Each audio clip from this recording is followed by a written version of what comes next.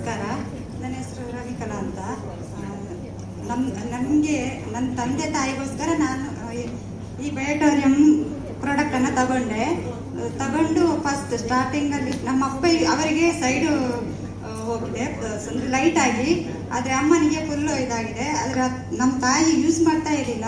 ಇತ್ತೀಚೆಗೆ ಅವರಿಗೆ ಸ್ವಲ್ಪ ಶುಗರ್ ಲೆವೆಲ್ ಜಾಸ್ತಿ ಆಯಿತು, 394 ಆಯಿತು. ತಲೆ ಸುತ್ತಲಿಕ್ಕೆ ಸ್ಟಾರ್ಟ್ ಆಯಿತು ಬೆಳಿಗ್ಗೆನೆ. ನನ್ನ ಹತ್ರ ಹೇಳಿದ್ರು, ಶುಗರ್ ಟೆಸ್ಟ್ ಮಾಡಿದೆ 394 ಇತ್ತು. ನಂತರ ಅವರಿಗೆ ಬೆಡ್ ಹಾಕ್ಬಿಟ್ಟು 2 ಟೈಮ್ಸ್ ಮಲಗಿಸಿದೆ. ಆಮೇಲೆ ನಡುವೆ ನೀರು ಕುಡಿಸ್ತಾ ಇದ್ದೆ, ಬೆಲ್ಟ್ ಕೈಗೆ ಕಟ್ಟಿದೆ. ಜಸ್ಟ್ 2 ಅವರ್ಸಲ್ಲಿ ಅವರಿಗೆ 115 ಶುಗರ್ ಲೆವೆಲ್ ಕಡಿಮೆ ಆಯಿತು. ತುಂಬ ಖುಷಿ. ಇವಾಗ ಡೈಲಿ ಯೂಸ್ ಮಾಡ್ತಾರೆ. ಹಾಗೆ ನಮ್ಮ ಅಪ್ಪ, ನಾನು ಯೂಸ್ ಮಾಡಿದ್ದೇನೆ. ನನಗೆ PCOD ಸಮಸ್ಯೆ ತುಂಬಾ ಕ್ಯೂರ್ ಆಗಿದೆ.